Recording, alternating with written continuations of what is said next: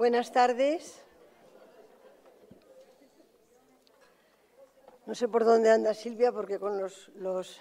Ahí. Bueno, pues quiero decir, Silvia, que te agradezco muchísimo que me convoques representando a Clásicas y Modernas a un acto en este municipio donde, gracias a vosotras, la igualdad, la diversidad y el feminismo y la cultura son ejes centrales de las políticas de cohesión ciudadana, un ejemplo que no puede ser más esperanzador. O sea que, enhorabuena. Aludiré en primer lugar al título de la mesa, la cultura y las mujeres como motores de cambio social. Considerando la cultura como la necesaria cuarta pata del taburete feminista, he comprobado la eficacia de la fórmula en otros países de nuestro ámbito lingüístico, donde las políticas sociales casi no existen o están circunscritas a ciertas áreas urbanas, teatro, música, danza, artes visuales y el humor, resultan ser instrumentos populares de transformación social que sirven para aflorar narrativas ocultas y dar forma estética a las vindicaciones y poética a las emociones. Hoy estos modos de hacer gozan de actualidad en nuestro país y cabe preguntarse si proliferan en el feminismo como alternativa gozosa al decaimiento institucional que padecemos. El título de esta mesa, me parece, llega con oportunidad. Es un honor para mí presentar a Carmen Alborch, pionera ilustre, navegadora incansable por las revueltas del río progresista y feminista que discurre muy caudaloso por nuestro país, amiga estimada por la galanura de su carácter abierto, generoso y entusiasta. También es un honor presentar a Pilar Pérez Solano. Supe de ella por su espléndido documental Las Maestras de la República y antes de ocuparme de su currículum, como es hora de feminizar los dichos, adapto el bíblico que le corresponde. Por sus obras las conoceréis. ¡Qué mejor! En primer lugar, de Carmen, entresaco algunos datos biográficos para sentar el punto de vista que me inspira su persona y su bien labrada figura pública. Siendo profesora de Derecho Mercantil en la Universidad de Valencia, asume la dirección del departamento y poco después es nombrada primera decana de la Facultad de Derecho. 3 años más tarde, y en 1987, es nombrada directora general de Cultura de la Generalitat Valenciana. Transcurre otro año y Carmen, entre cuyas virtudes destaca la de haber sabido rodearse de equipos solventes y personas de talento, levanta 2 instituciones transformadoras, el Instituto Valenciano de las Artes Escénicas y Musicales y el IVAM, Instituto Valenciano de Arte Moderno, que muy pronto será conocido nacional e internacionalmente. El cambio cualitativo fue extraordinario. Como expresaba hace poco Josefina Bueno, Carmen rompía imposibles. En aquel entonces yo trabajaba ya como especialista en artes y programación cultural y Carmen se dibujaba ante mis ojos como la mujer referente de prestigio que necesitábamos para darnos impulso hacia adelante y rienda suelta a ambiciones inhibidas frente a lo imposible real. Otras cosas emanadas de su innovadora actitud nos legitimaban. Harta de recorrer instancias donde me escuchaban de perfil o con una condescendencia incómoda, de la primera visita que hice a tu despacho, Carmen, recuerdo hasta los haces de luz, ¿tú también?, que se filtraban por los ventanales y parecían jugar con la desenvoltura de tus movimientos por la estancia. Sin perder un ápice el hilo de mi exposición, te preparabas para ir a recoger al aeropuerto a Jean Moreau y te cambiabas los zapatos. Qué gran diferencia frente al rigor mortis de tantos despachos oficiales como yo había tenido que pisar.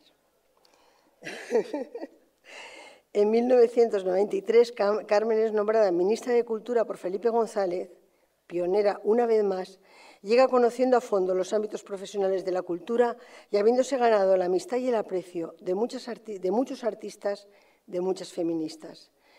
Doy fe del intenso aroma a flores de todo tipo que saturaban su despacho el día de su toma de posesión. Era una verdadera fiesta. Hace tan solo un mes nos comentaba una conocida actriz, en las bambalinas de los Goya se espera no a que el ministro llegue, sino que la ministra llegue.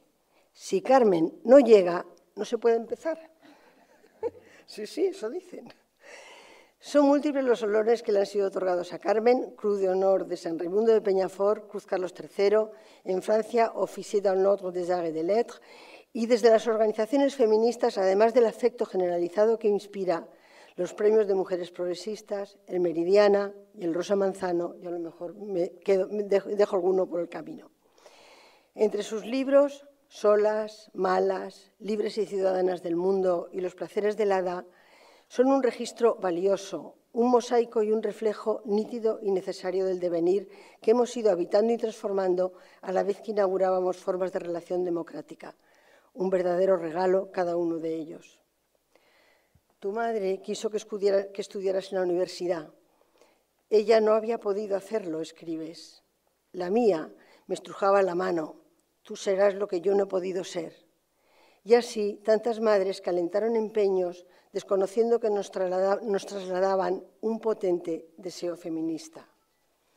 Carmen hoy es portavoz socialista en el Ayuntamiento de Valencia y secretaria primera de la Mesa del Senado, ámbitos donde permanece igual a sí misma, enérgica, inteligente, solidaria, afable y disponible para quien reclame su hermosa y cualificada presencia en el feminismo. Sigue como parte intrínseca y recíproca en esta tarea que implica generaciones. Utilizando el plural inclusivo tan naturalizado en ella, escribe, y con su cita concluyo: intento contribuir día a día a hacer realidad uno de nuestros sueños, que esta ciudad, este país, sean mejores lugares donde vivir. Bueno,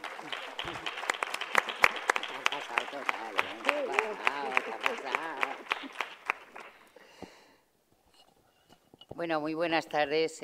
Como comprenderéis, ha sido una pura exageración motivada por el afecto, y también es verdad que por muchísimas vivencias compartidas. Es verdad que hemos ido transitando por este camino de la igualdad, muy vinculada a la cultura y a la política durante muchos años. Yo lo de los zapatos, la verdad es que no me acordaba, pero todo lo demás sí que me acuerdo de tus proyectos cuando escribías y escribes sobre Tabarca, sobre las mujeres históricas, sobre cuando dramatizas, teatralizas, etcétera, etcétera. Y la verdad es que me encanta también el ver que no solo mantienes, sino incrementas una energía muy creativa y además muy organizativa, porque una de las cosas a las que quería referirme hoy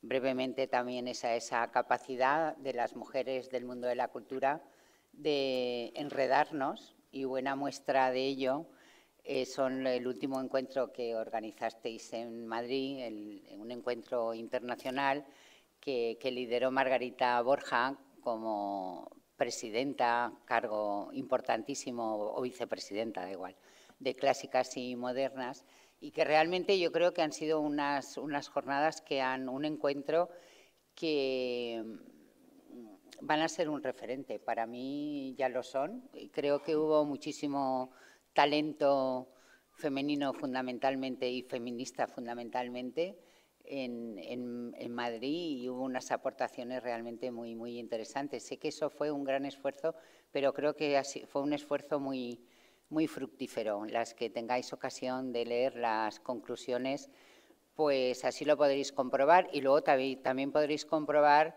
en algún momento que han sido y serán fuente de inspiración de algunos programas políticos, porque realmente el tema de las mujeres y la cultura por la igualdad y la igualdad en la cultura son temas absolutamente trascendentales. Y aunque yo no sea moderadora... Un momento, la reciprocidad no la puede evitar, como podéis ver. No, pero además también quería referirme a las maestras de la República y a Pilar, porque sé que está pasando un momento también un poquito complicado. Bueno.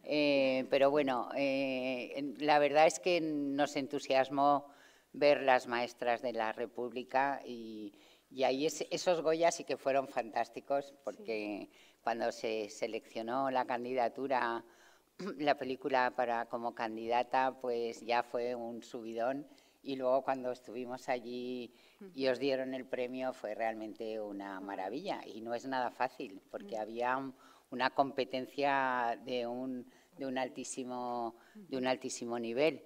Y la verdad es que viéndola, pues me recordaba una frase de Louise Bourgeois, que siempre es un referente para las mujeres feministas, para las mujeres de la cultura, que decía que construyendo se hace memoria. Y es que es verdad, o sea, y la memoria significa precisamente el hacer no solo genealogía, sino reconocer la autoridad de las mujeres, el reconocernos a nosotras mismas, y sabemos muy bien, y ya me estoy agotando mi tiempo, o sea que ya sabemos muy bien que precisamente con las nuevas tecnologías y con los audiovisuales fundamentalmente, pues podemos llegar diríamos, a divulgar, que en definitiva es democratizar la cultura y hacer, dar a conocer a las mujeres relevantes, a las mujeres protagonistas de nuestra historia, que son muchísimas, afortunadamente, porque realmente yo creo que en este documental, bueno, ya lo contarás tú, porque si lo cuento yo,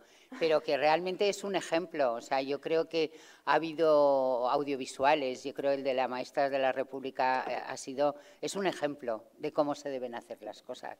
Y entonces estoy muy orgullosa de compartir la mesa con ella también y que esto vaya multiplicándose, ¿no? Es verdad que es muy emocionante la identificación y el además hacer, construir con rigor y al mismo tiempo que todo el mundo lo pueda entender. O sea, que no nos quedemos en esta historia del elitismo y el quedar bien y tal, sino que realmente, como estas jornadas llevan también, este encuentro, esta escuela feminista lleva también el nombre de Clara Campoamor, también quería hacer otra referencia a un biopic que se hizo, o creo que se llama así, sobre Clara Campoamor, que contribuyó a que muchísima gente tuviera acceso a la figura de Clara Campoamor y lo que había supuesto la lucha por el derecho de las mujeres, una lucha que fue un producto de su perseverancia, de su convicción, que acabó afortunadamente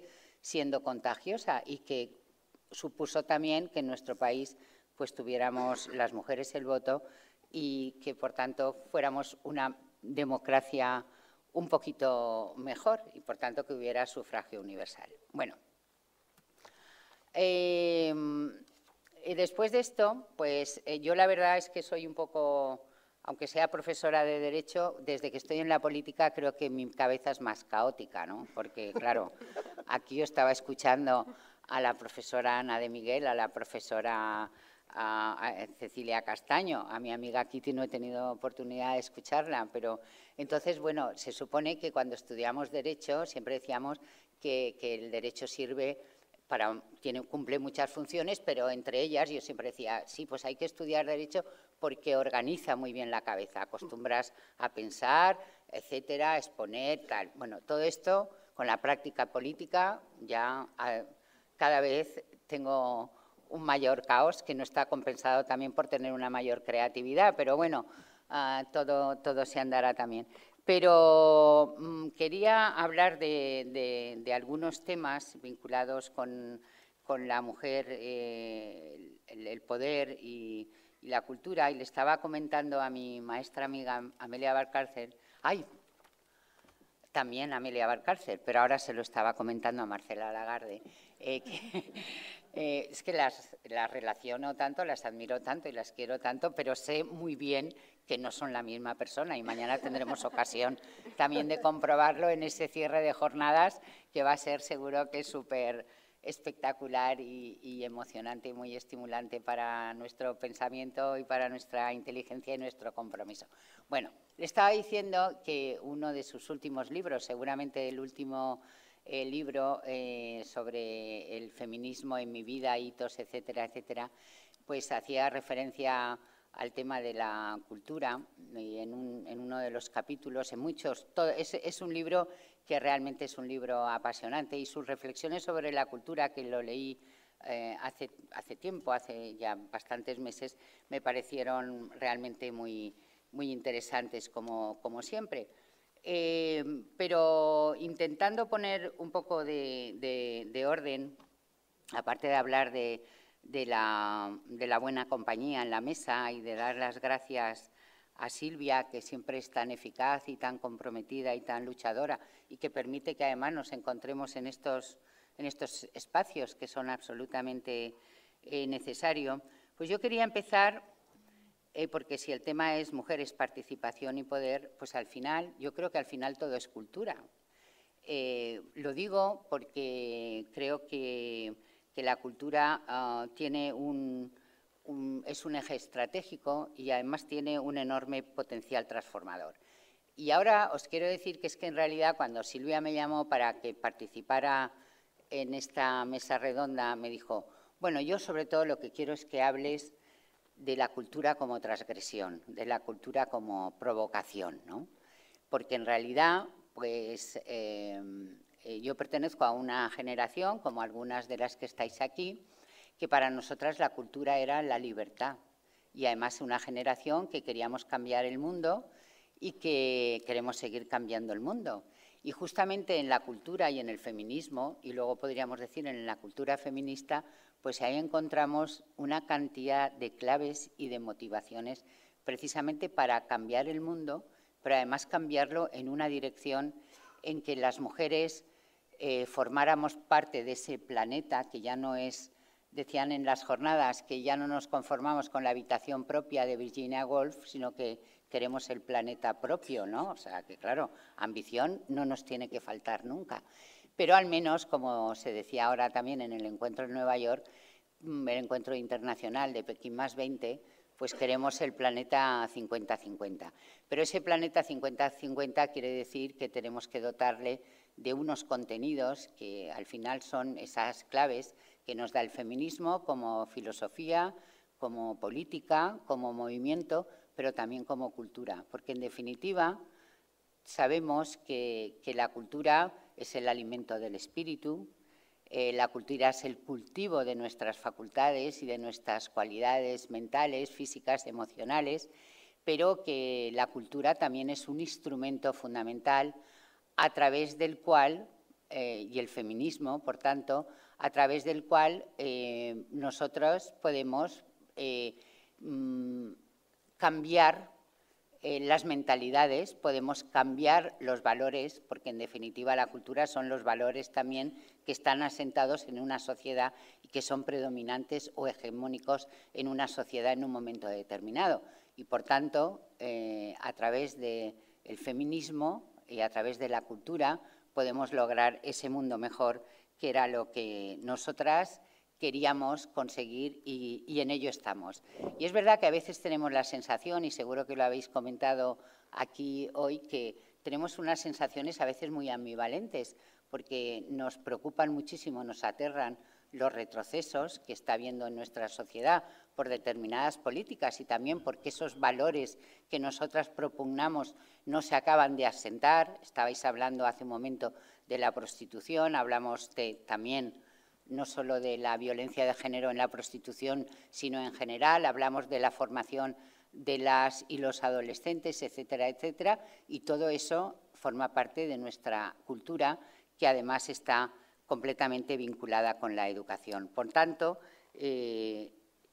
creemos que a través de la cultura pues podemos asentar unos valores o, como está sucediendo en muchísimas ocasiones, lo que estamos afianzando son unos estereotipos de masculinidad y de feminidad que no son precisamente a los que aspiramos, porque lo que se está fomentando en muchísimos momentos es la desigualdad, la discriminación, la misoginia.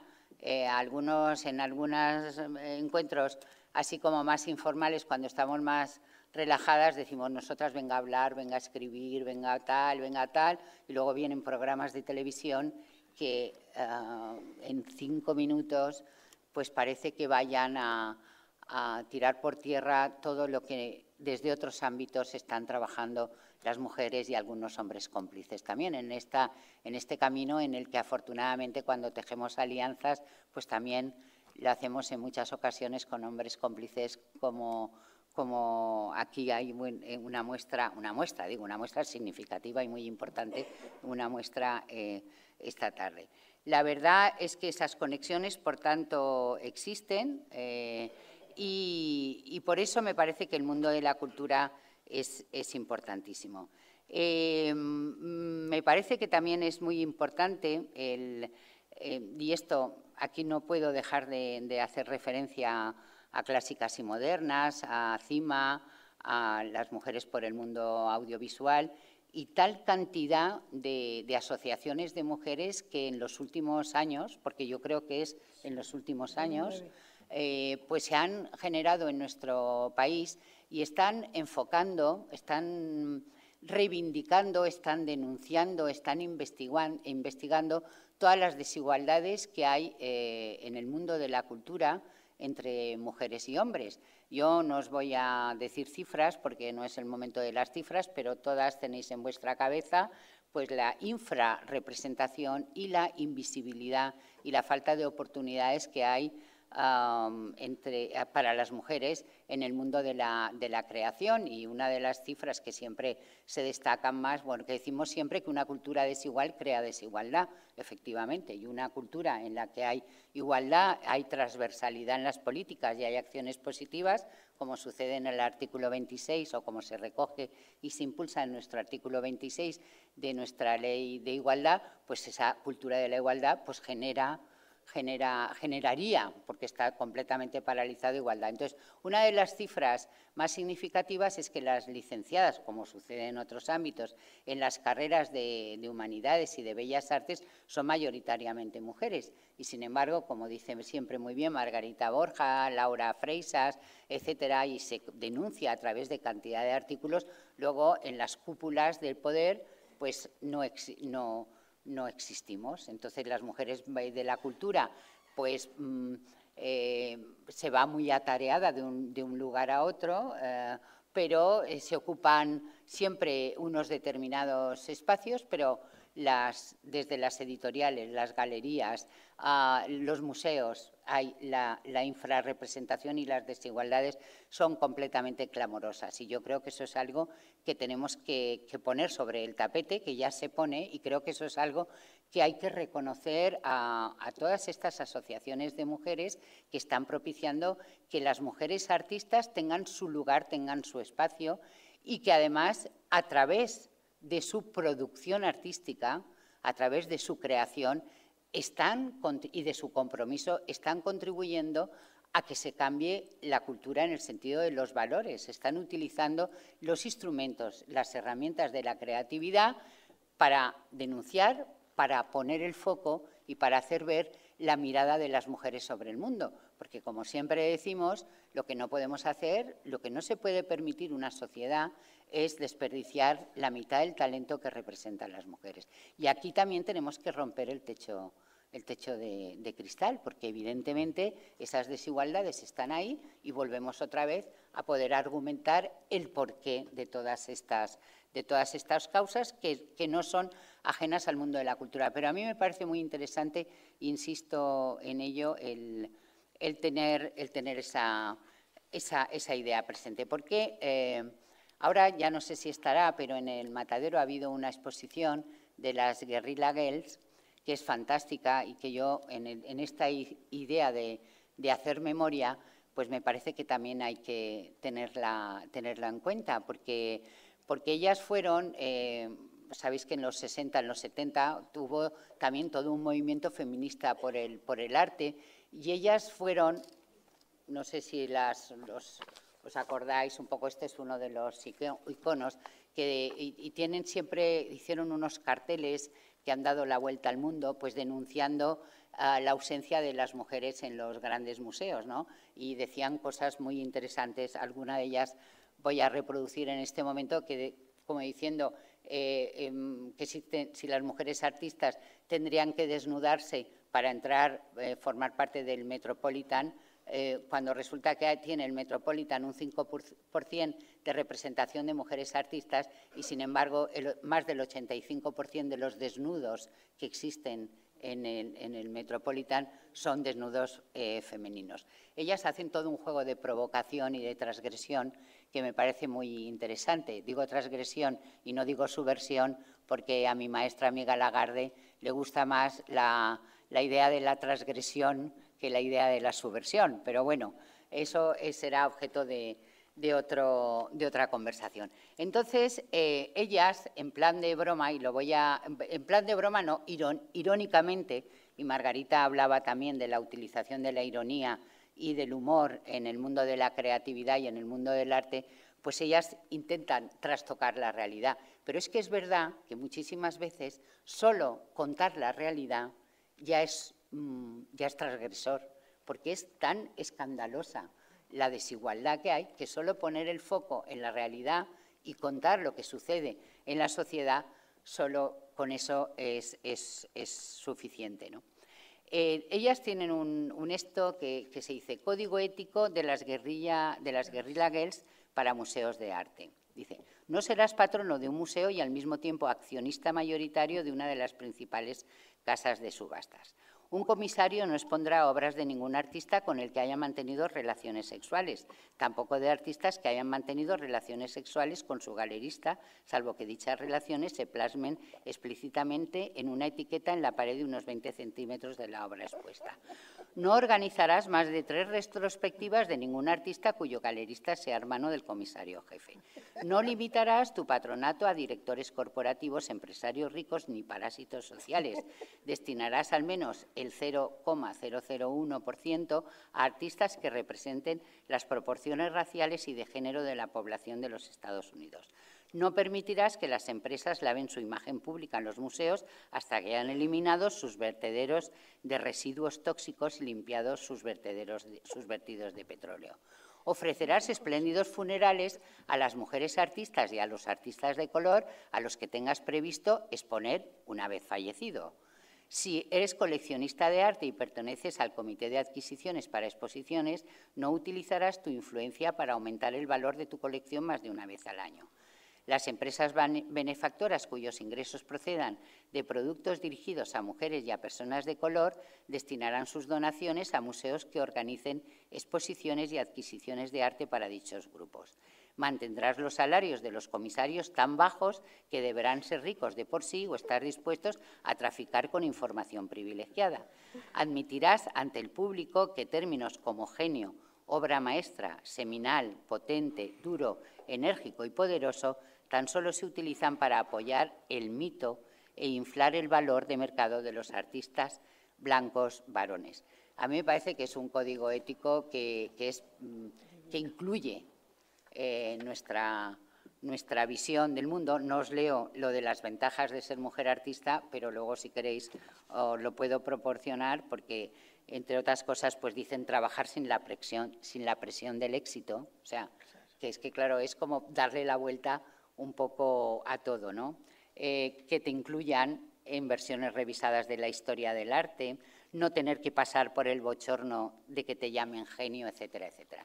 Esto lo quería ligar también con la idea de que cuando se han preguntado, y esto también siempre hablamos de este tema, que por qué no ha habido genias o por qué no ha habido grandes obras maestras, pues aparte del apropiacionismo, de que se han apropiado muchas veces de las obras de las mujeres o de las otras importantes, libros ya clásicos como el de Chadwick, etcétera, pues es verdad que al final no es una cuestión de hormonas, sino es una cuestión de educación, de espacios, de reconocimiento, etcétera, etcétera. En cuanto, yo creo que eso es algo que creo que ya hemos demostrado, que ya está claro también, que ya hace unos siglos, pocos, pero ya se nos reconoció que teníamos alma y ahora ya pues tenemos ya no solo alma, sino talento, creatividad.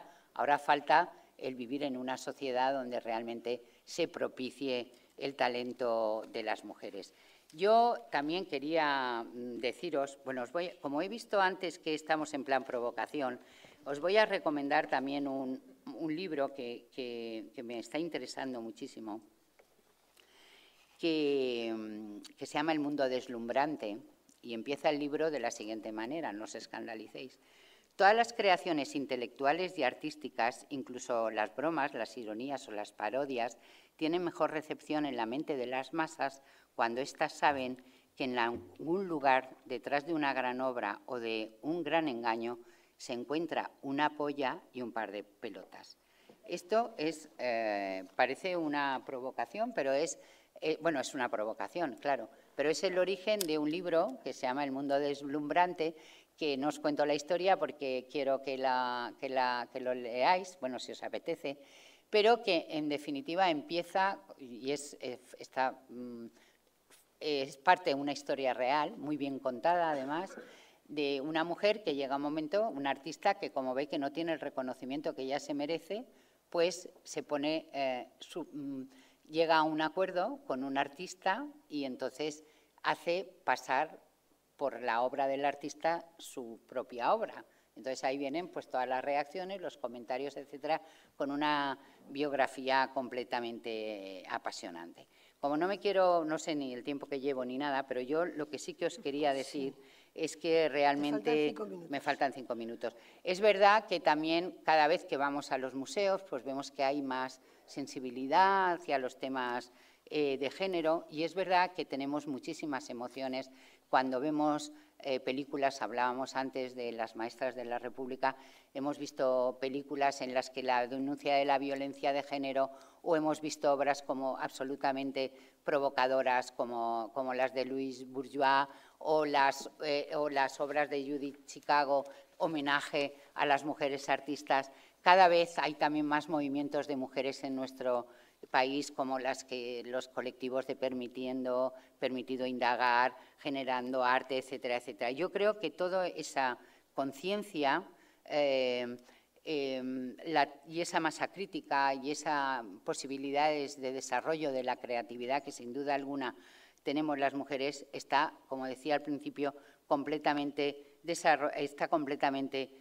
vinculada con el feminismo, porque muchas veces se nos pregunta qué ha aportado el feminismo y aquí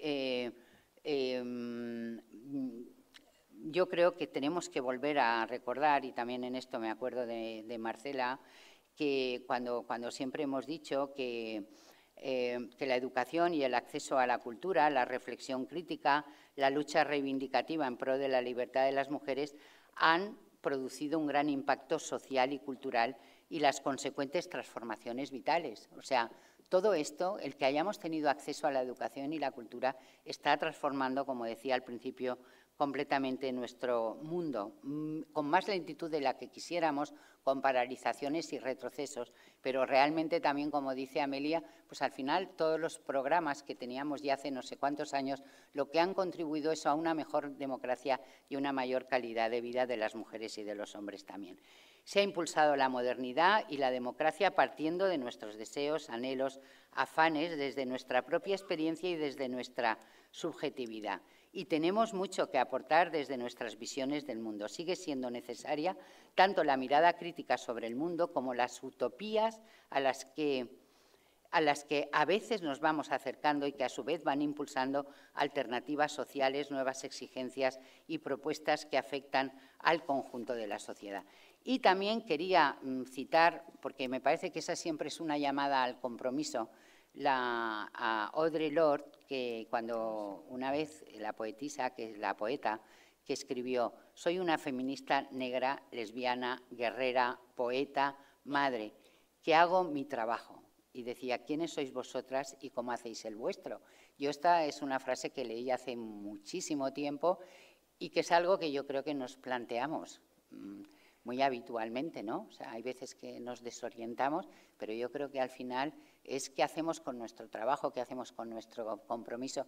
Y por eso me parece que es muy, muy estimulante el compromiso de las mujeres con el mundo de la cultura. Y ahora ya para terminar, luego me dejaba aquí cantidad de cosas, pero bueno, da lo mismo. Ya será otro día, en otra ocasión, para hablar de innovación, para hablar del placer de aprender, para hablar de todas las posibilidades y todas las miradas y todos los instrumentos que tenemos las mujeres. Pero ya lo que quería leeros es también otro párrafo de un libro que se llama Placer y Peligro, creo, que dice: los movimientos sociales, incluido el feminismo, se mueven hacia una visión. No pueden actuar solo sobre el miedo. Ahora también lo voy a leer otra cosa en los 5 minutos, porque el miedo me parece que es algo realmente importante. Dice: no basta con alejar a las mujeres del peligro y la opresión, es necesario moverse hacia algo, hacia el placer, la acción, la autodefinición. El feminismo debe aumentar el placer y la alegría de las mujeres, no solo disminuir nuestra desgracia.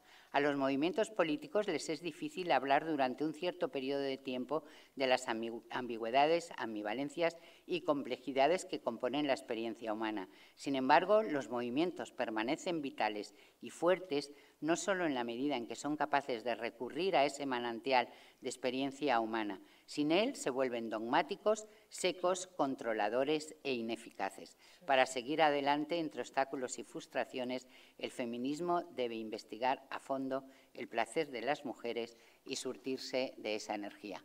A mí me parece que esto es algo que también deberíamos de tener grabado en nuestra mente, en nuestro compromiso individual y colectivo, y seguir con la idea de que queremos cambiar el mundo. Y ahora sí, la escritora norteamericana Gertrude Stein, al morir en 1946, dejó un libreto de ópera para el compositor Virgil Thomson, y esta ópera se estrenó un año después del fallecimiento de Gertrude Stein, que es una de mis mujeres favoritas también, y la ópera se llamaba La madre de todos nosotros. Su personaje central es la mítica Susan Anthony, activista de los derechos de la mujer, como bien sabéis, en el siglo XIX. Y a través de la poética peripecia de Gertrude Stein y la música de Thomson, le hacen vivir a Susan Anthony. A través de todo eso asistimos a la consecución del derecho de voto femenino en Estados Unidos. Si por cierto veis Los Ángeles de Hierro, pues también está muy bien. Una pregunta late a lo largo de toda esta obra. ¿Cómo es posible que un país que se precia de sus libertades discrimine precisamente a las mujeres? Y mediante un lirismo lapidario, el personaje de Susan responde así en un amplio arioso, en el acto segundo. No digo que los hombres no sean bondadosos. Si me desmayo, acudirán a levantarme. Si mi casa se quema, correrán a apagar el fuego y ayudarme. Sí, son bondadosos, pero tienen miedo de las mujeres, tienen miedo los unos de los otros, tienen miedo de sus vecinos, temen a otros países y entonces han escrito su miedo en masculino en la Constitución de los Estados Unidos porque temen a los negros, porque temen a las mujeres, porque tienen miedo. Los hombres tienen miedo, pero gracias a la lucha de mujeres como todas vosotras y de Susan Anthony, Estados Unidos es hoy un país a la vanguardia en la equiparación de hombres y mujeres. Espero que Hillary Clinton sea la próxima presidenta. Y es verdad que las mujeres, como todas vosotras y nuestras lideresas, pues su lucha, el pensamiento, la creatividad, pues son ya un síntoma. Y yo creo que también cada día más que un síntoma son una garantía de que los tiempos cambian, de que hay modelos y hay contramodelos y que desde luego que cada vez juntas somos más fuertes y juntas vamos cambiando el mundo. Muchas gracias.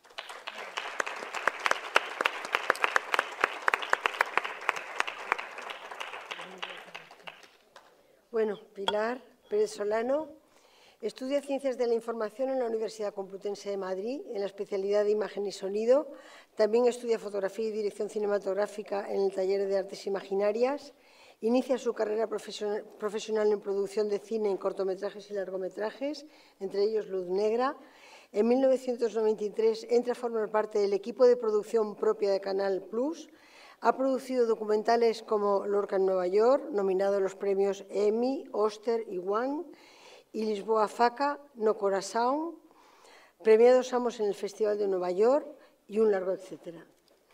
También lleva a cabo películas para televisión como La Rosa de Piedra y la producción y retransmisión en directo de las galas del Festival de San Sebastián, que por cierto estupendas, y los Oscars de Hollywood para Canal Plus.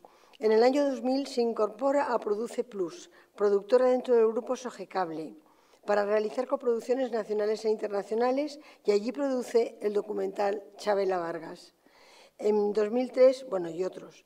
En 2003 empieza a escribir y dirigir sus propios documentales con títulos como 50 años esperando a Mr. Marshall, Presidentes de película, Universo Hip Hop, 1001 Lolas y un largo etcétera. En 2007 abandona Soge Cable y crea su propia productora, Transit Producciones, con la que desarrolla proyectos propios y de encargo. Entre los principales proyectos que ha llevado a cabo con Transit ha realizado la serie documental Suspiros de España, de 10 capítulos para Castilla-La Mancha TV, y ha producido el documental Murales con la Fundación Joan Miró de Barcelona, seleccionado a concurso en Tiempo de Historia y en el Festival de Valladolid, la Seminci.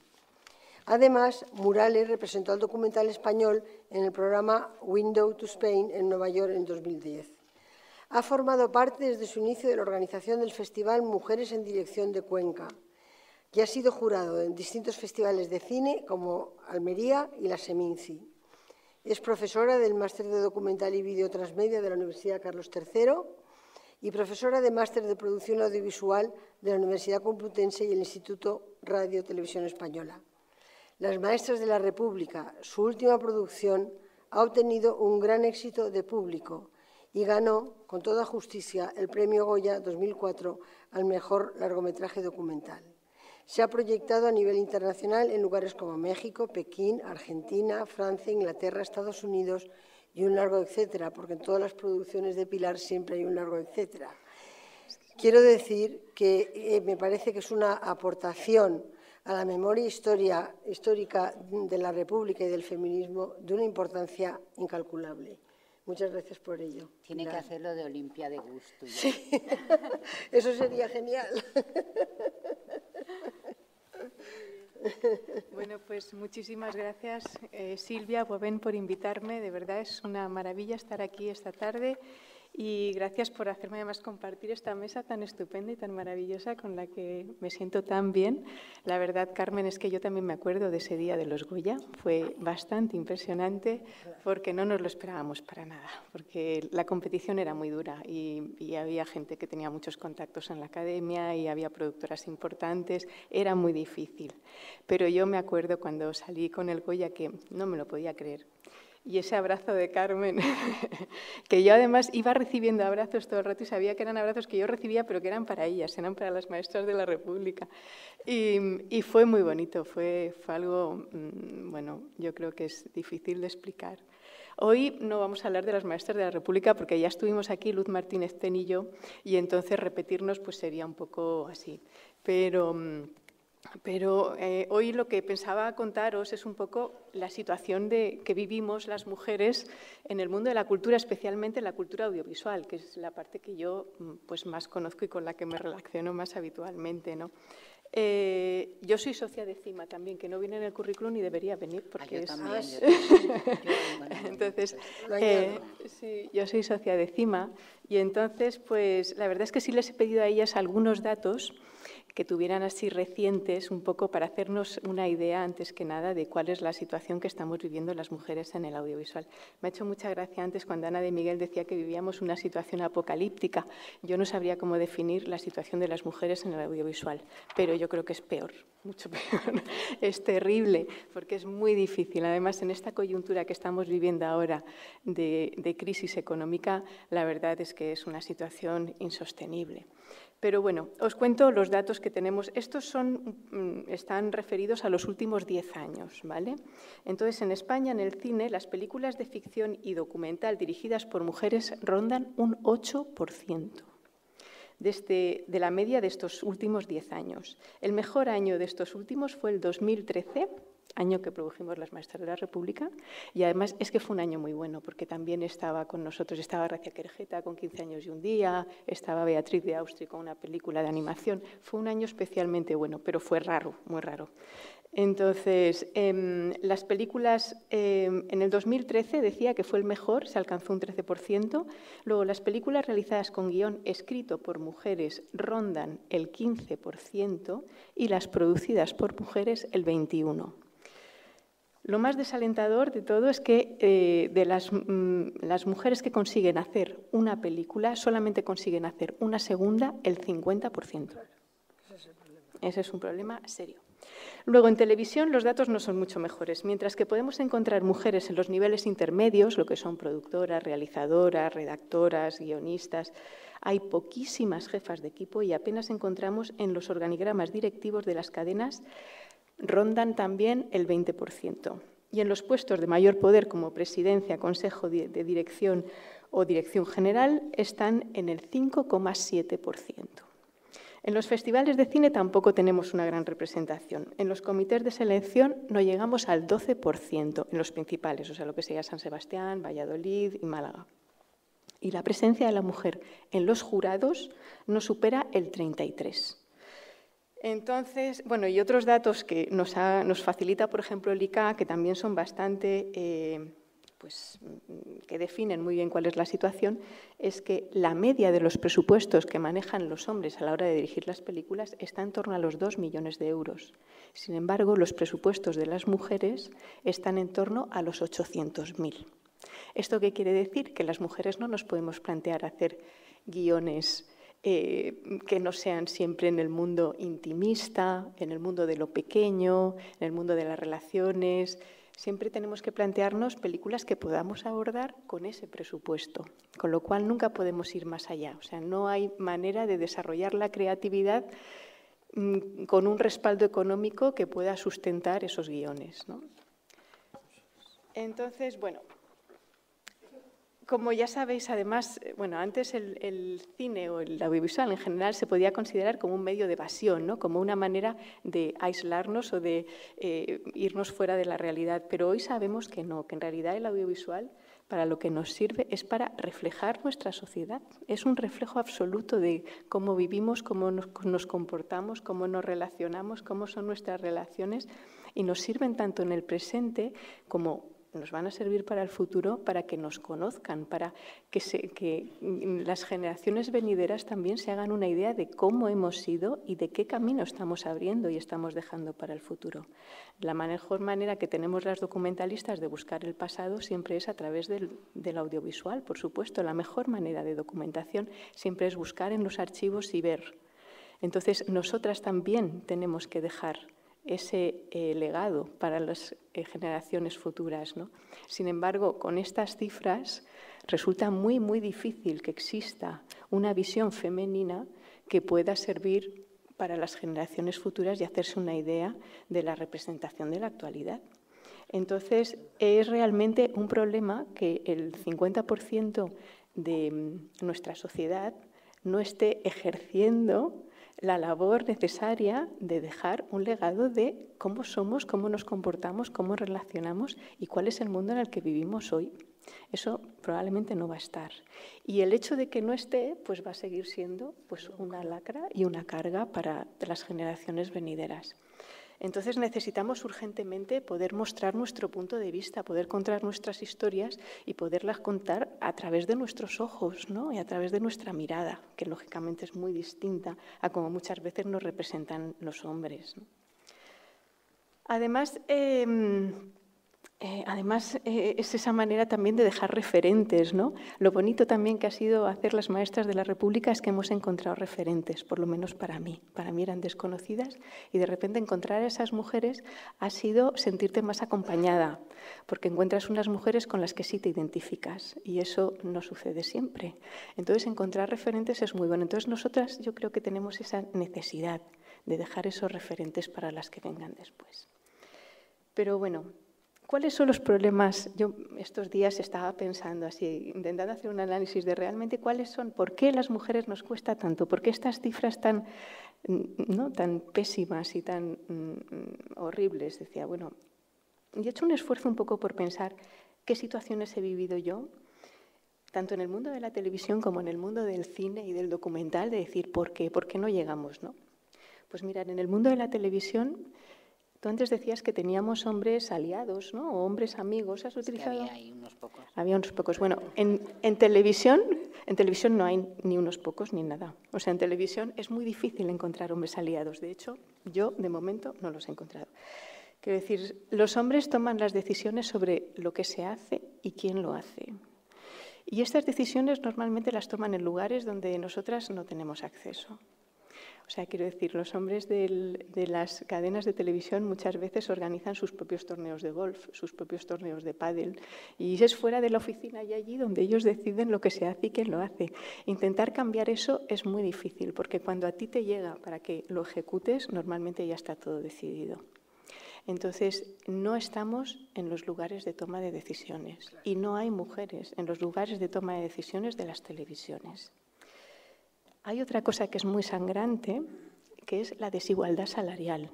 Es algo increíble que ocurre en las televisiones. Mira, normalmente, yo he sido directora de producción de una televisión, pero tú estás trabajando muchísimo, ¿no? Porque además las mujeres tenemos esa necesidad de demostrar todo el rato que lo podemos hacer y que lo podemos hacer muy bien. Entonces estamos tan centradas en nuestro propio trabajo y nuestro propio día a día que no estamos viendo lo que está sucediendo alrededor muchas veces, ¿no? Y lo que está sucediendo alrededor es que mientras tú estás haciendo pues, los programas más difíciles, con los presupuestos más grandes, con los equipos más complejos, pues ellos no, pero además ganan bastante más. Entonces, el día que te das cuenta, planteas esto y dices, bueno, ¿cómo es posible? Entonces, claro, te vas directamente a tu jefe inmediato, al departamento de personal, y lo planteas y te miran como si fueras una marciana. Y dicen, ¿y cómo? ¿Y no lo sabías, acaso? O sea, es como, ¿te has dado cuenta ahora? Entonces, te empiezan además a hacer esas preguntas que ya es como decir, no me lo puedo creer que esto esté pasando en este siglo, ¿no? Y decía, bueno, pero tú no estás casada, bueno, pero tú realmente tienes problemas económicos. Y dices, es que no estoy hablando de eso, estoy hablando de igualdad, estoy hablando de que quiero ser igual. No estoy hablando de que debería ganar más, porque hago más trabajo. Estoy hablando de que a igual categoría de trabajo debería ser el mismo salario. Entonces, esto en las televisiones no sucede. Otra cosa que sucede también en las televisiones y que nos dificulta un poco a las mujeres el intentar subir es mirar en los equipos de las televisiones, en los equipos ejecutivos de altos cargos, suelen cambiar muy a menudo. Cada 2 años o 3 años hay un baile entre unas cadenas y otras, entonces los de un canal se van a otro, los de este se van tal, entonces van cambiando. ¿Esto qué sucede? Pues que cuando te llega un equipo directivo nuevo, normalmente lo que quiere hacer es arrasar con todo lo anterior. Esto quiere decir que todo lo que tú has hecho hasta ese momento y todo tu currículum deja de tener valor, porque empiezas en el momento cero y tienes que empezar a demostrar desde ese día tu valía, tu profesionalidad y tu capacidad. Entonces, realmente trabajar en las televisiones es un poco como el mito de Sísifo, ¿no? Todo el día estás empezando de nuevo, cada día estás empezando de nuevo. La carrera no avanza, la carrera se estanca cada vez que cambias de jefe y vuelves a empezar. Entonces es terrible porque como no das el salto a la parte superior, pues entonces estás todo el rato haciendo el mismo recorrido, con lo cual no hay avance posible. Además hay otro problema añadido. A veces en esos equipos viene una mujer. Es muy raro, pero llega. Pero esas mujeres normalmente no quieren rodearse de mujeres. La experiencia que yo he tenido al menos es que no hay mujeres feministas en el audiovisual, en los equipos directivos. Normalmente las mujeres que llegan les cuesta tanto llegar que cuando llegan piensan que rodearse de mujeres puede ser un signo de debilidad. Entonces, normalmente lo que quieren hacer es competir con los hombres en igualdad con sus mismas armas, es decir, con los mismos contenidos, con los mismos planteamientos y con equipos masculinos. Entonces, tampoco ayudan a romper la barrera realmente.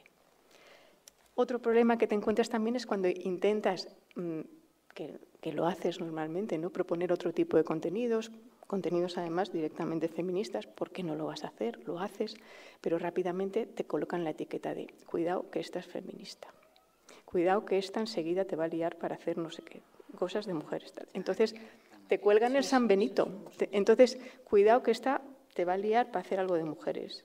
Entonces te etiquetan rápidamente y es complejo porque ya formas parte del chiste, del chascarrillo, de la gracia y es bastante molesto.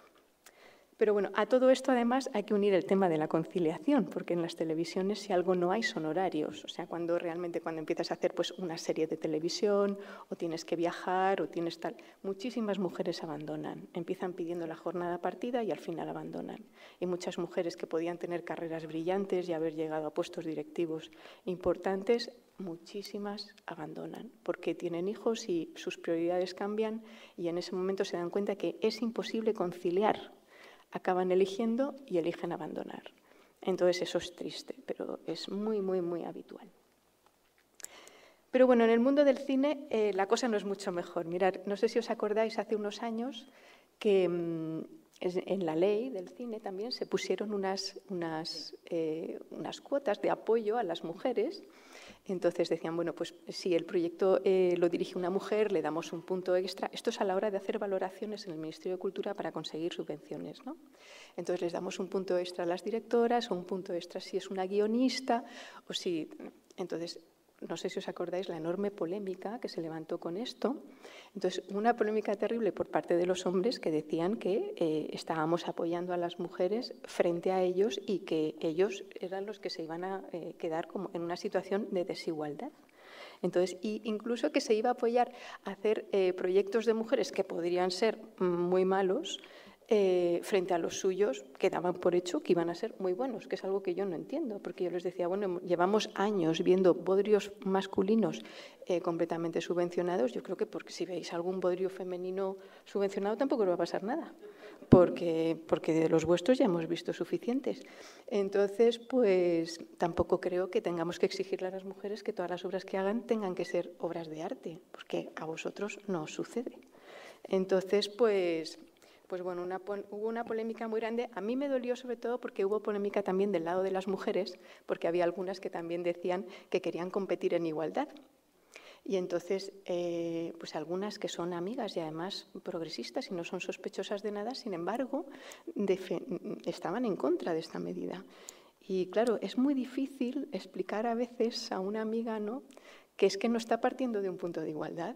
O sea, si te están dando, si te están apoyando, si te están dando un punto extra, es porque no estás partiendo del mismo, de cero, del mismo punto de partida. Pero esto muchas veces o no lo entienden o no lo quieren entender. Entonces, resulta complejo, pero bueno, eso ahí también estamos con las discriminaciones positivas que no todo el mundo las entiende. No, entonces, acciones. Bueno, la verdad es que además ahora mismo en el cine, en la actual coyuntura de crisis, sacar un proyecto para una mujer que es su primer proyecto es prácticamente imposible, porque por los tiempos. O sea, realmente para sacar un largometraje ahora mismo a flote, no vas a tardar menos de 2 años. Por los tiempos, por los plazos de las subvenciones, por las ayudas que necesitas, por conseguir la financiación. Además, al final, quien está financiando ahora mismo los proyectos de largometraje vuelven a ser las televisiones, o sea, volvemos al apartado anterior. Con lo cual, volvemos a quién decide qué se hace y cómo se hace. Entonces, realmente es muy, muy, muy complejo. Decía Ángeles González Sinde, además, que las mujeres, como tenemos un alto nivel de exigencia y nos exigimos tanto, ¿no?, decía, las mujeres se lo piensan mucho más que los hombres. Ese carácter reflexivo a veces juega a favor, pero la mayoría de las veces juega en contra. Entonces, con estos procesos tan largos que tenemos, y además lo que nos lo pensamos, porque nosotras lo queremos hacer muy bien. Entonces, no arriesgamos, queremos ir sobre seguro, queremos hacerlo bien. Al final nos perdemos en los procesos y los proyectos no llegan. Así es que la verdad es que es bastante desalentador, pero también decía mi querida amiga Pilar García Carrasco que las mujeres que ya han demostrado solvencia y que tienen numerosas películas, que han recibido premios y con un público sólido, cada vez que presentan un nuevo proyecto a los productores, estos les racanean y las ningunean. A igual éxito de taquilla, ellas van a tener más problema que ellos para el siguiente proyecto cinematográfico. Y esto es absolutamente cierto. Es muy difícil mirar yo ahora con el éxito de las maestras, pues que ha tenido mucho éxito de público también. Una amiga neoyorquina, que además estuvo también en esa gala de los Goya, porque ella también estuvo nominada por una película de animación, me decía todo el rato, Pilar, ahora que has ganado el Goya, lo que tienes que hacer es venirte a Nueva York. Y yo le decía, ¿pero y por qué me voy a ir a Nueva York? Y me decía, pues porque en la cultura de mi país, si tú ganas un premio y tienes un éxito de público como el que acabas de tener, ahora mismo tendrías una cola de productores que no es que sean hermanitas de la calidad, es que quieren hacer negocio contigo, porque piensan que, bueno, pues que eres una oportunidad. Dice, sin embargo, en este país, que yo ya llevo aquí varios años trabajando, vas a ser un problema. vas a ser un problema porque muchos, al contrario, se van a plantear, seguro que esta hora pedirá algo o pedirá espacio o querrá que se le reconozca. O tal. Entonces, no vas a conseguir nada en este país. Y yo la verdad es que al principio me quedaba un poco pensando, bueno, no sé, pero pasado el tiempo creo que tenía bastante razón. Quiero decir que aquí realmente tener un éxito no es, no viene acompañado de oportunidades o de que alguien te ayude o de que un productor te acompañe, más bien todo lo contrario. Así es que por esto esta frase de Pilar también me gustaba mucho. Y bueno, en el terreno documental ya es más terrible todavía, porque en el terreno documental lo que nos pasa es que como los presupuestos normalmente son más pequeños, son más manejables. Entonces, ¿qué pasa? Que podemos arriesgarnos más, pero en esos riesgos a veces también nos perdemos. ¿Por qué? Pues porque creamos nuestras propias productoras, como es mi caso. Pero cuando tú creas tu propia productora, al final te conviertes en la mujer orquesta. Y tienes que hacerlo todo, porque tampoco tienes los presupuestos para tener ayudas. Entonces acabas haciendo el guión, la dirección, las ventas, las promociones, tal. Acompañas la película, vas a todos los pases, vas a todos los festivales, con lo cual cada proceso de cada película te dura muchísimo tiempo, pero tienes que generar el siguiente, porque si no, no encadenas con otro. Y entonces... pero no llegas, porque es imposible. Entonces, al final, lo que vivimos son situaciones de estrés permanente, porque quieres llegar a todo, quieres estar en todo, pero es imposible. Entonces, aquí ya la conciliación es terrible. Pero bueno, de todas formas, yo creo que en la parte buena del documental es que muchas mujeres a través del documental están consiguiendo empezar a hacer sus primeras obras y fijaros que hay un dato que es interesante, que el 30% de las mujeres directoras de documental ya tienen su propia productora y ya intentan ser independientes, autónomas y tratan de sacar sus proyectos adelante. Este año, por ejemplo, en Documenta Madrid hay muchísimos proyectos de mujeres directoras muy interesantes. Así es que, pues bueno, tal vez a través de él... Y además el documental yo creo que también es una manera de vernos y de representarnos muy interesante y también nos sirve un poco para vernos a nosotras mismas, ¿no? Así es que yo creo que por ahí está siendo la vía de salida más interesante. Pero bueno, y ante esta situación un poco así que planteamos tan complicada, ¿qué podemos hacer? Mirad, desde CIMA hemos hecho una iniciativa el año pasado y este año la hemos repetido, que yo creo que es muy interesante, que se llama CIMA Mentoring. Entonces, yo tuve además la suerte el año pasado seleccionar uno de mis proyectos, y que era una serie para televisión. Y lo bueno que conseguimos aquí es precisamente romper esta idea que tenemos, ¿no?, de que la mayoría de las mujeres, sobre todo las ejecutivas de televisión que llegan a puestos de poder, normalmente no crean red y no ayudan a que otras mujeres puedan salir adelante.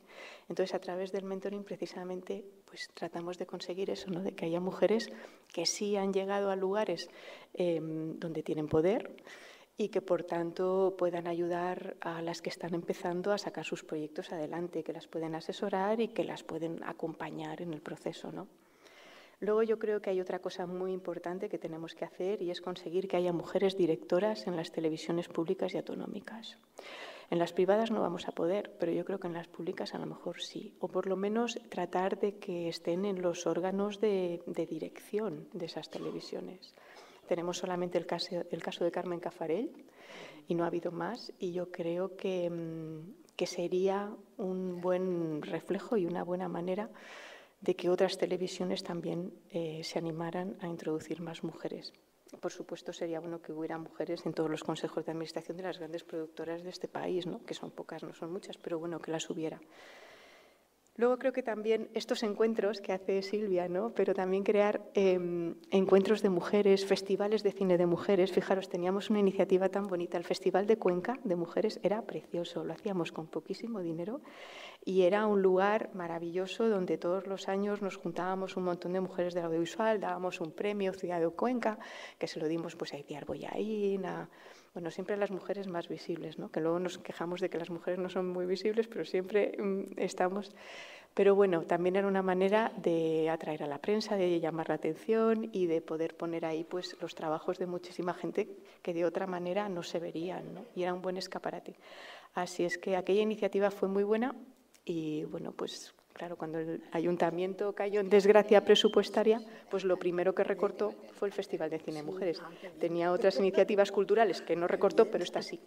Entonces, pues bueno, pues se nos cayó el festival. Y nada, y luego también desde CIMA lo que hacemos siempre es pues tratar de denunciar situaciones de desigualdad pues con los premios de es que no hay o a ver las haylas, ¿no? Que son siempre las excusas que ponen desde los festivales de cine para no programar películas de mujeres o desde pues muchísimas iniciativas, a veces también desde másters que se hacen, desde cualquier encuentro de mujeres que se propone o mesas redondas, pues que siempre tratar de que las mujeres estén presentes y sean visibles. Y nada más, si hay alguna pregunta que queréis hacer o cualquier cosa que queráis saber, pues encantada.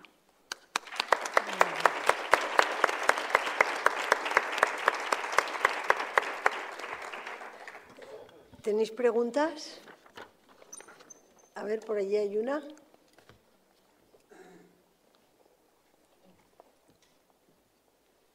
Sí, ¿sí? ¿Sí? ¿No? Ahí, a ver. Hola. Sí. ¿Sí? Bueno, muy buenas tardes y muchas gracias por la exposición. Maite, parece mentira que no se te oiga. Pues a mí con el bozarrón que tengo lo puedo hacer así, pero bueno. No vamos a exagerar. Ahora sí. Que digo que muchas gracias por la mesa, la verdad es que está siendo un día espectacular. Yo solo quería pues contar un par de cosas, ¿no? Hablaba Carmen del artículo 26 de la Ley de Igualdad, el artículo 26 que nace del Manifiesto de Arco del año 2005. El Manifiesto de Arco 2005 acaba con una cita de las Guerrilla Girls, que también las ha citado Carmen Calvo, que dice: querido coleccionista, ¿cuándo valdrá su colección cuando el sexismo no esté de moda? Basándonos en este artículo 26 de la Ley de Igualdad, durante 4 o 5 años en Vitoria tuvimos en marcha un proyecto que era el del Centro Cultural Montermoso, que ha sido un proyecto pionero y probablemente único, y desgraciadamente ya no está en marcha, en el que se puso en marcha y se practicó el artículo 26, que fue aplicar cuotas de sexo, en este caso paridad, con dinero público en un proyecto de arte y cultura contemporánea. El resultado fue espectacular y si efectivamente la inversión pública en cultura, su objetivo es la transformación social y la creación de ciudadanía crítica, pues funcionó tan bien que en cuanto llegó un gobierno del Partido Popular lo primero que hizo fue cargárselo.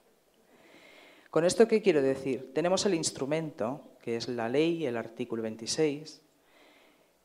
Tenemos la comprobación, porque está la experiencia de Montermoso, de que la aplicación de las cuotas en el ámbito de la producción artística y de la cultura es absolutamente transgresora por una razón, porque demuestra que la única manera de luchar contra el sexismo imbricado en la estructura del arte y de la cultura es garantizar que ninguna mujer con talento quede excluida por ser mujer, que es darle exactamente la vuelta a la definición clásica de las cuotas.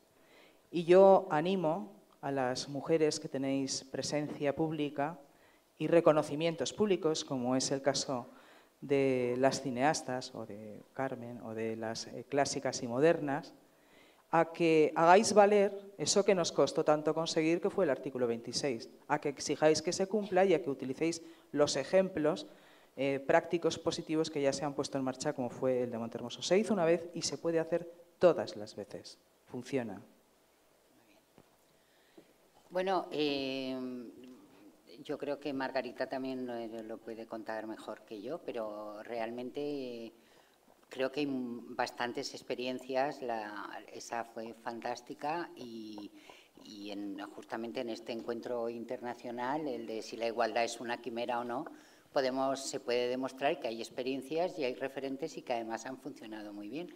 Y creo que además, por lo que leo, siempre, cuando hablamos de estos temas, diríamos que la primera reivindicación es la aplicación del artículo 26 de la ley. O sea, yo os invito a lo que leáis, pero que en definitiva es desde la presencia equilibrada en los órganos de poder donde se toman las decisiones. O sea, si hay un consejo del audiovisual o hay un consejo de administración en una televisión o hay un patronato, es que la presencia equilibrada es eso, es la paridad, que es por lo que hemos luchado.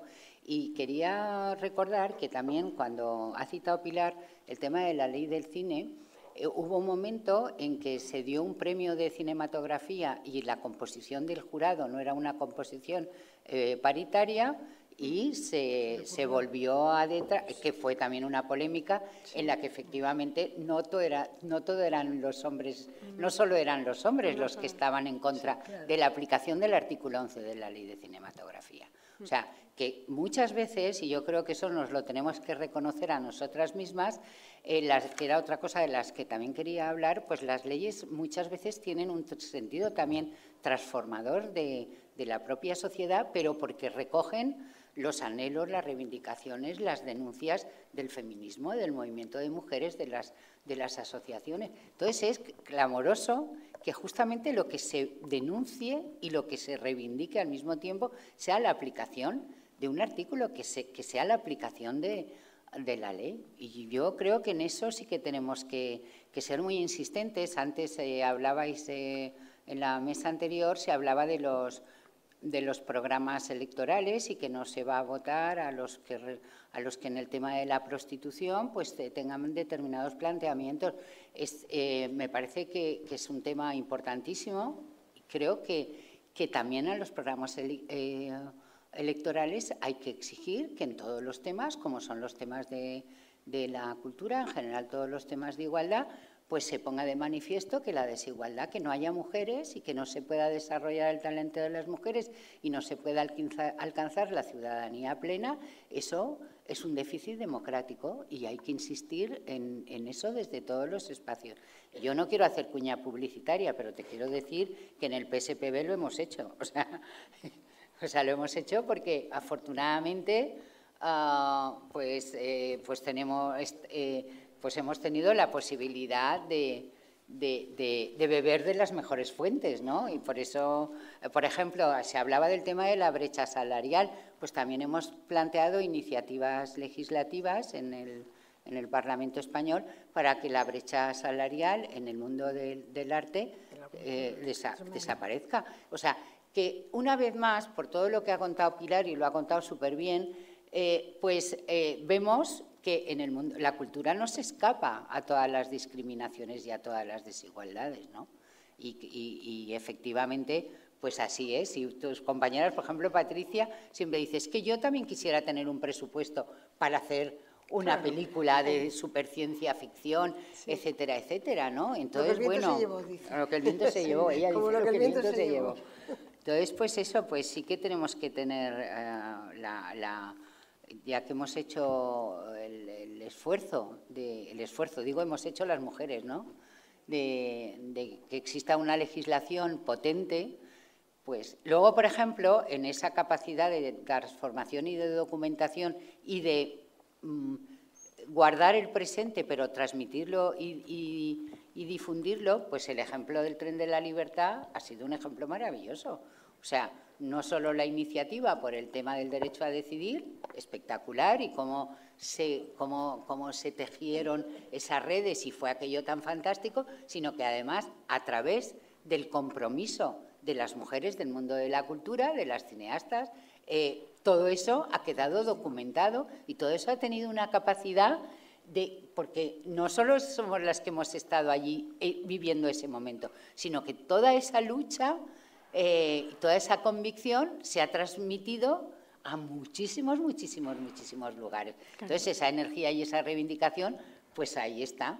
Entonces, bueno, ejemplos fantásticos. Lo que tenemos que tener es más oportunidades, efectivamente, y luchar por ellas, claro. Yo quiero también intervenir en el sentido de tu pregunta para decir que una cosa que está sucediendo que es bastante importante desde mi punto de vista es que coincide un esfuerzo de visibilización internacional sobre este tema. Recientemente, en el tema del cine, el encargo que hace ONU Mujeres al al Instituto Gina Davis sobre el cine global es extraordinario, verdaderamente, porque todo lo que cuenta es exactamente lo que vivimos y lo que sabemos, pero es muy interesante saber que a nivel mundial está sucediendo lo mismo.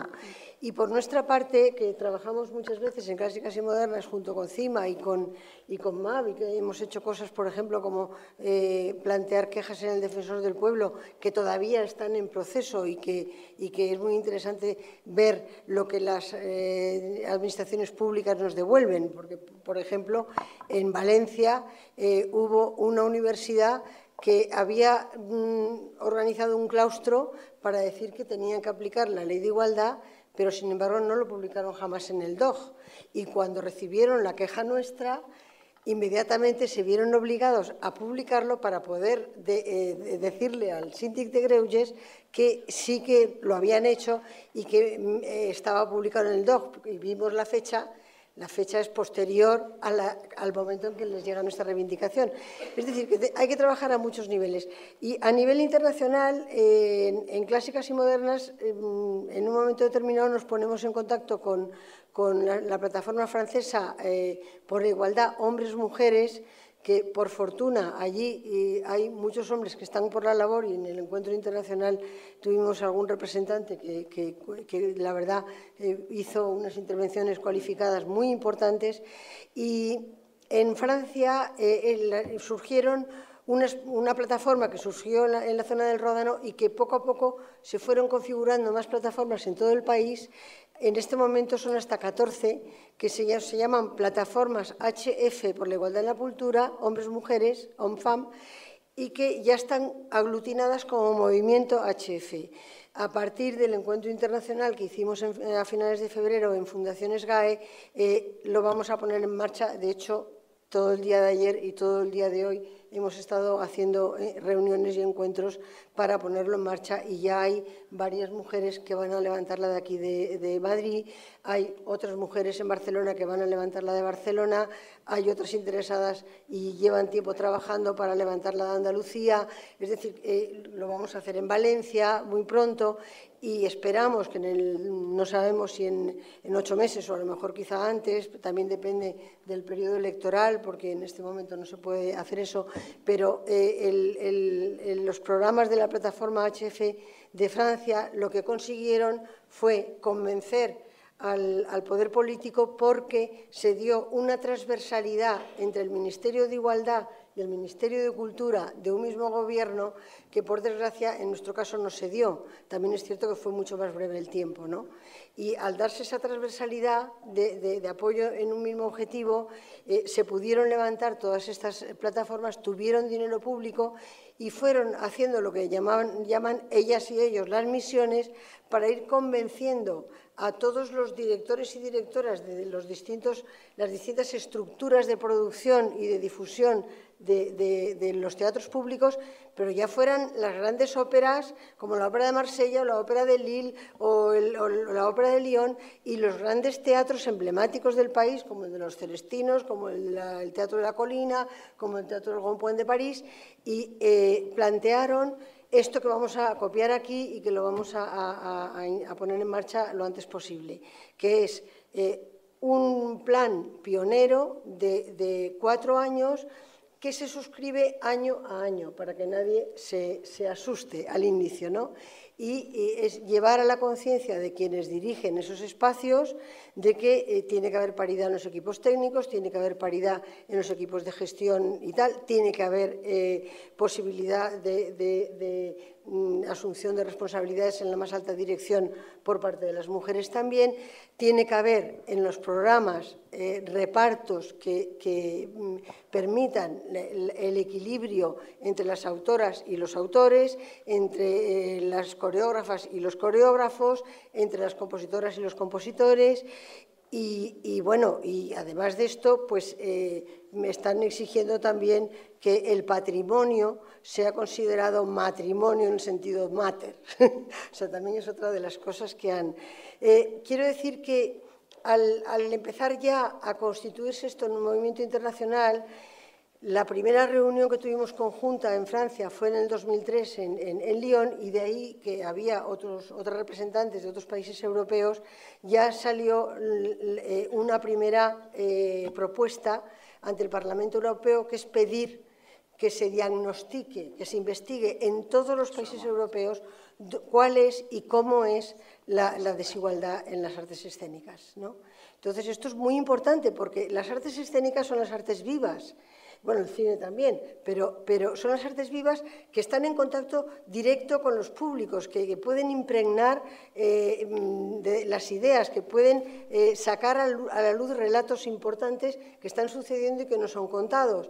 Entonces, todo esto es como el caudal, como tú muy bien has dicho, que tenemos que legar a las otras generaciones, pero que también tenemos que compartir en las generaciones en las que el tipo de conflictos a los que nos ha llevado la igualdad tienen que ser visibilizados y contados por ellos y por ellas. Claro. Porque si no, volvemos a estar en una situación de sesgo que es insoportable, que no puede ser, no puede ocurrir, ¿no?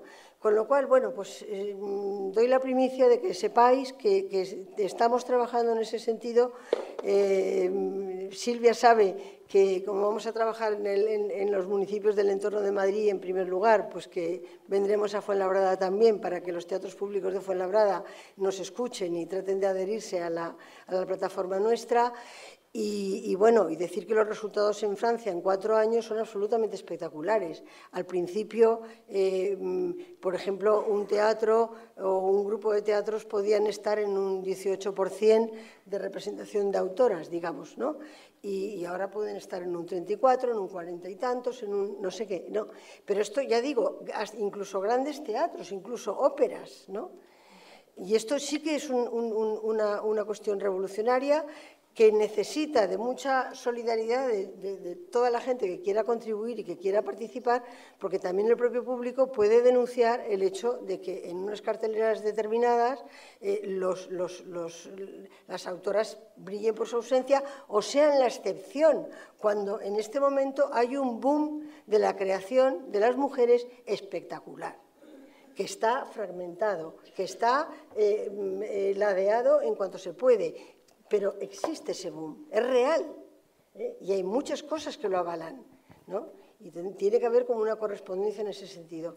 O sea que, bueno, yo creo que además, fíjate, ahora que está Angustia Bertomeu, cuando hace unos años presentaron un proyecto para configurar el patrimonio femenino.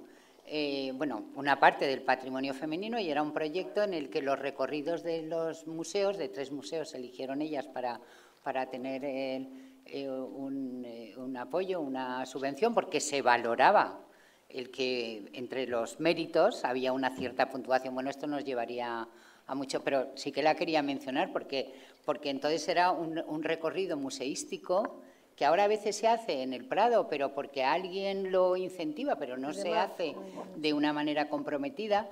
Pero y por ejemplo, otra de las medidas que son muy interesantes es la de las ciudades distintivos de la igualdad en la cultura, que eso también es muy interesante. O sea, que no todo, que hay muchísima creatividad y muchas medidas que ahora no voy a contar, pero que yo creo que sí que hay muchísimas medidas. No es por falta de imaginación, de creatividad y de propuestas, sino que es simplemente porque no hay el suficiente compromiso en un momento determinado. Tengo aquí la frase de nuestra amiga Patricia Ferreira, que decía: cuando me pregunten si hago cine de mujeres, diré que sí, el que me dejan hacer en función del presupuesto que me confían por el hecho de ser mujer.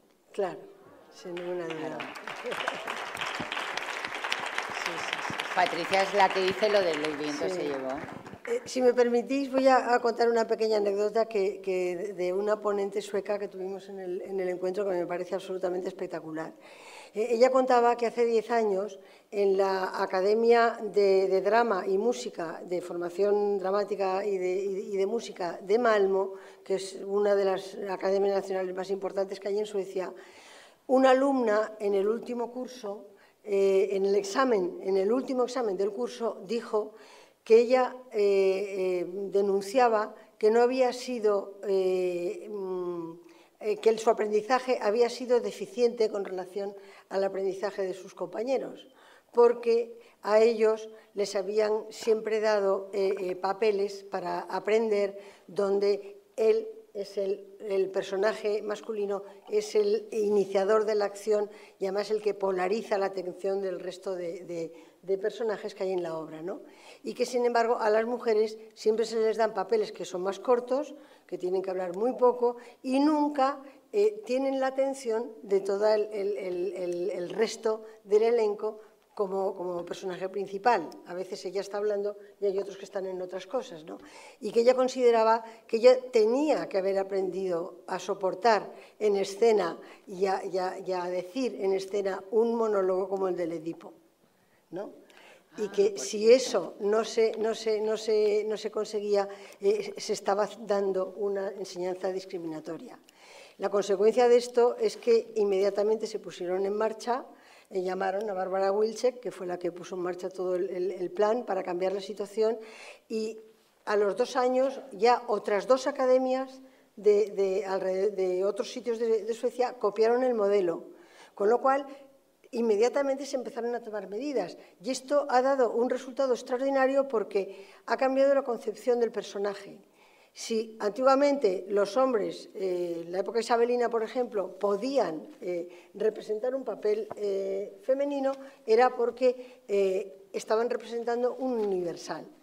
Entonces, retomamos ese concepto y las mujeres pueden incorporar como actrices un personaje que es universal también, ¿no? Aunque sea un personaje de un hombre.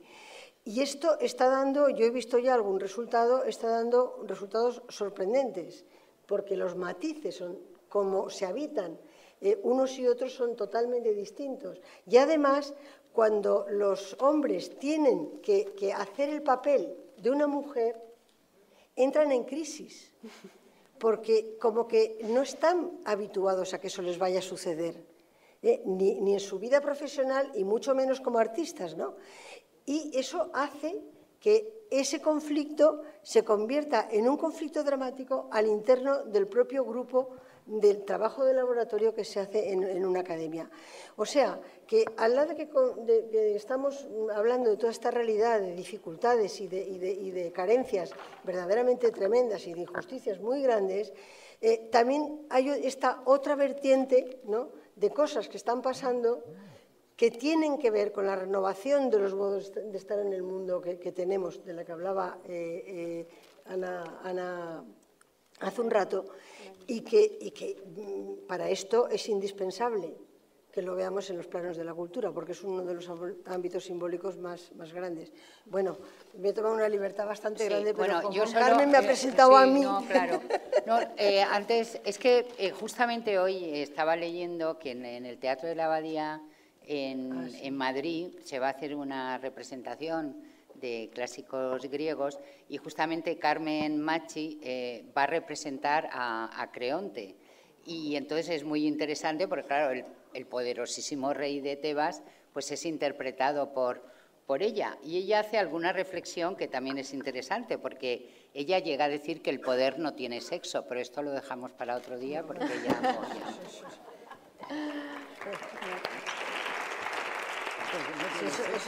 Claro, pero eso es ¿Hay más preguntas? No me digan, por Dios. Sí, que nos vamos. Bueno, hemos empezado con 20 minutos de retraso, ¿eh? Solo hemos gastado 10 de más. Bueno, pues gracias. Lo siento. Gracias, un placer.